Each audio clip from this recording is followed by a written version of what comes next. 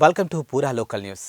వచ్చే పార్లమెంటు ఎన్నికల గురించి మాజీ మంత్రి ఈటెల రాజేందర్ కీలక వ్యాఖ్యలు చేశారు. ఇక కరీంనగర్లోని సిట్టింగ్ ఎంపీగా ఉన్నారు కాబట్టి తాను టికెట్ ఆశించడం లేదని ఆయన చెప్పారు. ఇక కరీంనగర్ జిల్లా ఇల్లందలకుంట మండలం లక్ష్మాజిపల్లి గ్రామంలో ఏర్పాటు చేసినటువంటి విలేకరుల సమావేశంలో మాజీ మంత్రి ఈటెల రాజేందర్ మాట్లాడుతూ తనకు మల్కాజ్గిరి ఎంపీ టికెట్ ఇవ్వమని అధిష్టానాన్ని కోరినట్లు తెలిపారు. ఇక అధిష్టానం ఎలా చెప్తే అలా వింటానని ఆయన వ్యాఖ్యానించారు. సోషల్ మీడియాలో కొన్ని పత్రికలు చిల్లర మల్లరగా రాస్తున్నాయని, తాను కాంగ్రెస్లోకి వెళ్తున్నానని దుష్ప్రచారం చేస్తున్నాయని తీవ్రంగా మండిపడ్డారు. ఆ ప్రచారాలను ఎవరు నమ్మవద్దని, ఇక రెండో విడత దళిత బంధు వెంటనే ఇవ్వాలని ఆయన ప్రభుత్వాన్ని డిమాండ్ చేశారు. అమెరికా లాంటి అగ్రరాజ్యం భారతదేశానికి రెడ్ కార్పెట్ వేస్తుందని, మోడీ వల్లే మన దేశం ఇంత అభివృద్ధి చెందిందని పేర్కొన్నారు. బీజేపీ పార్టీ కాంగ్రెస్ ప్రభుత్వాన్ని కూల్చివేస్తుందని అంటున్నారని, ప్రజలు అధికారాన్ని కట్టబెట్టారని, మళ్లీ కూల్చే అధికారం వారికే ఉంటుందని అన్నారు. ఇక 2018లో కేసీఆర్ కాంగ్రెస్ నుంచి ఎమ్మెల్యేలను తీసుకున్నారని, అందుకే ప్రజలు బీఆర్ఎస్ పార్టీకి తగిన బుద్ధి చెప్పారని అన్నారు. తెలంగాణ టుడే, దాని పేరు తెలంగాణ టుడే, అది కేసీఆర్ గారి పత్రిక. నమస్తే తెలంగాణ, అది బీఆర్ఎస్ పత్రిక. వాళ్ళే చెప్తున్నారు రోజు. నేను చాలాసార్లు చెప్పిన, ఇక్కడ already Bharatiya Janata party sitting MP ఉన్నాడు కాబట్టి, సిట్టింగ్ ఎంపీ స్థానంలో నేను అడగడం ధర్మత కాదు కాబట్టి, నేను మల్కాజ్గిరి పార్లమెంట్ అడిగిన, మా అధిష్టానం ఆదేశిస్తే అక్కడ పోటీ చేస్తాను. అంటే ఈ సోషల్ మీడియా వచ్చింది, అంటే దొంగ రాతలు, అబద్ధ ప్రచారాలు, ఇది ఒక్కరోజు కాదు, అప్పటి నుంచి జరుగుతూనే ఉన్నాయి నా మీద. నేను ఊరికే నేను ప్రెస్ మీట్ పెట్టినోడు కాదు, ప్రధానికి సంజాయిషి ఇచ్చేవాడు కాదు, ప్రధానికి జవాబు ఇచ్చేవాడు కాదు. నేను 18 మంది ఎమ్మెల్యేలలో 12 మంది ఎమ్మెల్యేలని తీసుకుపోయాడు కాంగ్రెస్కి రాజీనామా చేయించి. అసలు కాంగ్రెస్ పార్టీకి పార్టీ టీఆర్ఎస్ పార్టీలో మెర్జ్ అయినట్టుగా డ్రామా చేసి తీసుకుపోయాడు. చరిత్ర నిర్మాతలు ప్రజలు మాత్రమే అని చెప్తాను. ఇలా కేసీఆర్ మీద కోపం ఉన్నది, నీకున్నది, నాకున్నది. శివరామ్, మనం ఓడగొట్టామా? ప్రజలు ఓడగొట్టిండు.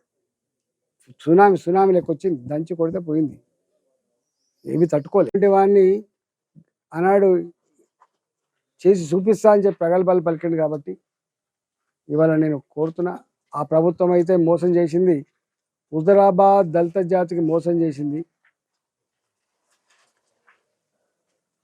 ఈ దళిత బందే ఈ ప్రభుత్వ పతనానికి ఒక కారణం కాబట్టి తక్షణమే ఈ ప్రభుత్వం, నేను ఇంతకుముందు కోరినట్టుగా అన్ని కుటుంబాలకు 15 లక్షల రూపాయలు చెప్పిన దళిత బంధు తక్షణమే అమలు చేయాలని చెప్పి కోరుతున్నా. రెండవది, ఆనాడే 2000 కోట్ల భూమి అమ్మకొచ్చి ప్రతి అకౌంట్ హోల్డర్ అలా జమ చేసి ఉంది కాబట్టి, మరి వీళ్ళకేమైందో మరి తెలియదు కానీ సతాయిస్తున్నారు. జిఎస్టీలు పేరిట బ్రోకర్లు తీరే పరిస్థితి వచ్చింది. 10 లక్షలలో దాదాపు 2 లక్షలు 3 లక్షల రూపాయలు బ్రోకర్లకు, ఇతర సర్టిఫికేట్లు షాప్ పెట్టుకోవాలంటే వాళ్ళ లెటర్ ఇవ్వాలంటే ₹1,00,000 ₹50,000 తీసుకునే పరిస్థితి వచ్చింది. దళితులకి రూపాయి ఖర్చు కాకుండా వాళ్ళ అకౌంట్లలో ఉన్న దళిత బంధు డబ్బులు తక్షణమే విడుదల చేయాలని కోరుతున్నాను. వైఎస్ షర్మిల కుమారుడు రాజారెడ్డి నిశ్చితార్థ వేడుకలు గోల్కొండ రిసార్ట్లో ఘనంగా జరిగింది. ఇక అందమైన జంటను ఆశీర్వదించేందుకు అనేక మంది ప్రముఖులతో పాటు సినిమా తారలు కూడా హాజరయ్యారు. వైఎస్ షర్మిల విజయములు హాజరైనటువంటి పెద్దలను సాదరంగా ఆహ్వానించారు. ఇక పాస్టర్ అనిల్ కుమార్ గారు పాటలు ప్రసంగంతో వేడుకలను కొనసాగించారు. రాజారెడ్డి జంటను సీఎం జగన్మోహన్ రెడ్డి, జనసేన అధినేత పవన్ కళ్యాణ్, డైలాగ్ కింగ్ మోహన్ బాబు గారు ఆశీర్వదించారు. అలాగే bootcut Balaraju movie hero Sohel కూడా నిశ్చితార్థ వేడుకలకు హాజరయ్యారు. सर साइड सर ना फोन का सर इंकोट मसार वेडी मसार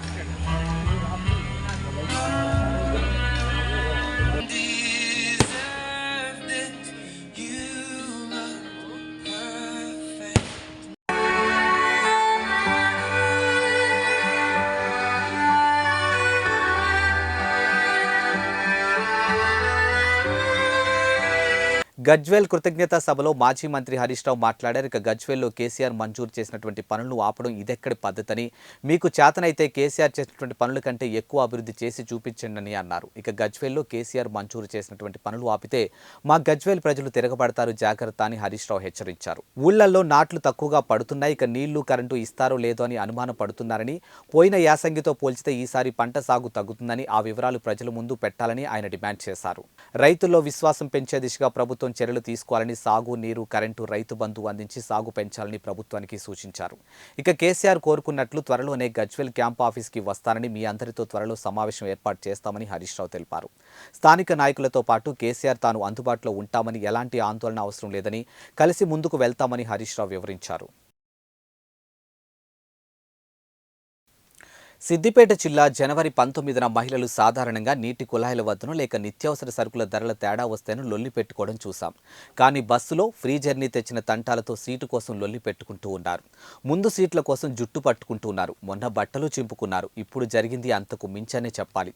సీటు కోసం చెప్పులతో పొట్టునా కొట్టుకున్నారు. ఈ ఘటన సిద్దిపేట జిల్లా తోగుంట మండలం వెంకట్రావుపేటలో గురువారం సాయంత్రం చోటు చేసుకుంది. ఇది ప్రస్తుతం సోషల్ మీడియాలోనూ వైరల్గాను మారింది.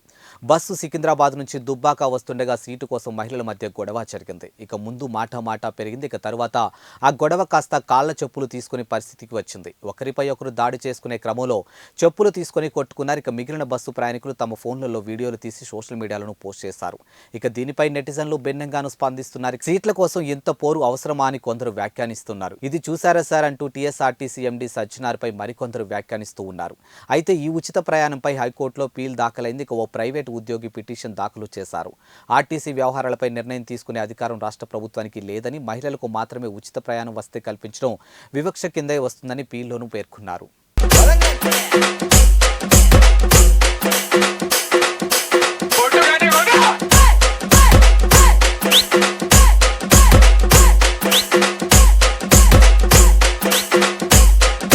హన్మకొండ జిల్లా పరకాల ఆర్టీఓ కార్యాలయం ఎదుట గ్రీన్ఫీల్డ్ నేషనల్ హైవే రైతులు ఆందోళన చేపట్టారు. ఇక కార్యాలయం ముందు బైఠాయించి పురుగుల మందు డబ్బాలతో నిరసన వ్యక్తం చేశారు. ఇక గ్రీన్ఫీల్డ్ నేషనల్ హైవే వెంటనే రద్దు చేయాలంటూ ఆందోళనకారులు డిమాండ్ చేశారు. మా పంట భూములు ఎట్టి పరిస్థితుల్లో గ్రీన్ఫీల్డ్ హైవేకు ఇచ్చేది లేదని రైతులు తేల్చి చెప్పేశారు. ఇక నేషనల్ హైవే అధికారులు వాహనాలకు అడ్డుగా రోడ్డుపై పడుకుని నిరసన తెలిపారు. ఇక అధికారులతో రైతులు కొద్దిసేపు వాగ్వాదం చేశారు.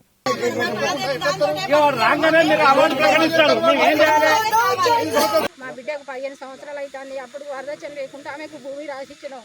రాసిస్తే ఇప్పుడు మనం ఈ సర్వే చేసిన కాడ నుంచి ఇంట్లో గొడవలు అవుతాయి. మన అప్పుడు భూమి ఇచ్చిండ్రు, ఇప్పుడు ఏమి మన రోడ్డు పోతుందని మా భూమి మాకు కావాలని వాళ్ళు గొడవలు అవుతాయి. మనం బతుకుదేరు దాంతో ఉన్నది సార్. మేము చిన్న రైతులు, మా ఆయన చచ్చిపోయి 17 సంవత్సరాలు అవుతుంది. వాళ్ళ చిన్న పిల్లలు అప్పుడే చచ్చిపోయిండు. గ్రీన్ఫీల్డ్ కారిడార్కి సంబంధించిన మన విలేజెస్లో ఉన్న రైతులందరూ కూడా మా దగ్గర ఎన్హెచ్ అధికారులు వచ్చారనే ఉద్దేశంతో వారిని ఆపడం జరిగింది.